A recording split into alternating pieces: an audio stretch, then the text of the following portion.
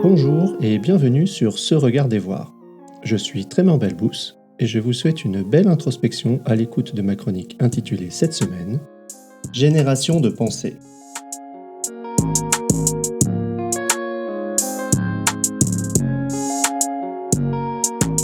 Génération de pensée.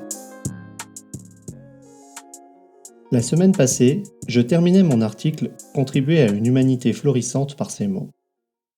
Toutes les règles, les systèmes dans lesquels nous opérons sont bâtis à partir de notre pensée, agrégés à différents moments, à différentes échelles, dans différents contextes de pouvoir. De la qualité de notre pensée, de la qualité de notre conscience, dépend alors la qualité des règles et des systèmes qu'elles régulent. Beaucoup de ce que nous tenons pour évident, immuable, n'est qu'une construction de la pensée humaine. Ces objets ou concepts sont des constructions mentales, la réification de pensées accumulées au cours de notre cheminement collectif.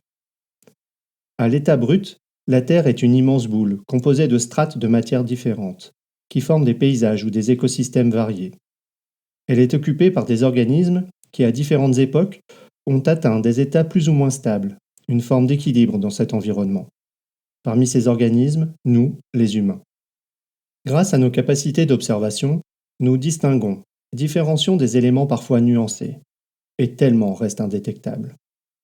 Grâce à nos capacités de raisonnement, nous établissons des hypothèses, imaginons des théories pour tenter d'expliquer nos observations, structurons des savoirs, inventons des technologies, créons des structures sociétales, etc.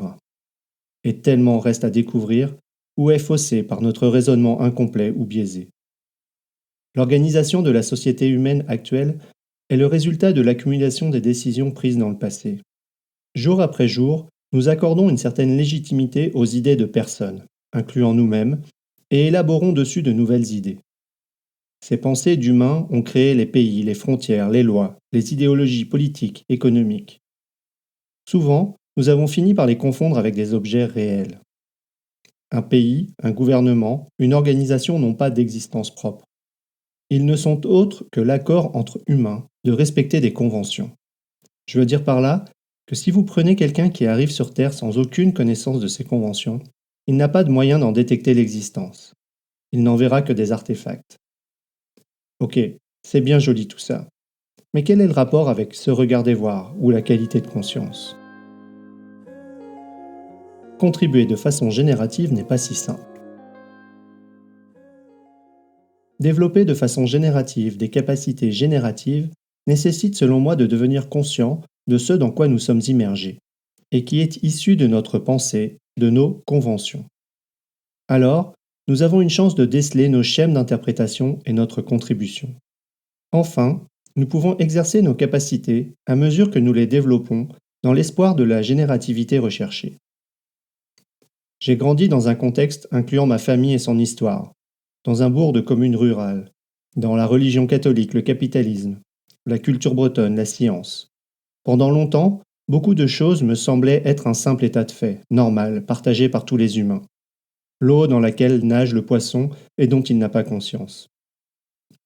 À mesure que je me suis ouvert et continue de m'ouvrir à l'immensité de mon ignorance, je réalise à quel point tous ces concepts réels à mes yeux ne sont que des constructions, des conventions. Je peux choisir de les respecter, d'en réinterpréter le sens ou de les transformer. Il devient alors intéressant pour moi d'observer, en conscience, comment l'évolution de mon rapport à ces évidences du passé change ma compréhension du monde, mes actions, mes relations aux personnes et aux éléments. Je ne suis plus, comme tant d'autres, en mesure de donner le même sens à mon expérience.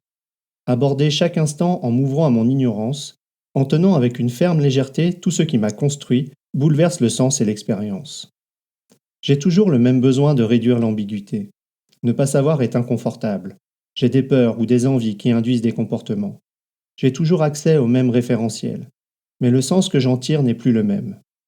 Et certaines fondations se sont écroulées, rendant parfois l'édifice instable, en attendant sa reconfiguration. Il est alors réconfortant de tenter de retourner aux certitudes du passé, en vain.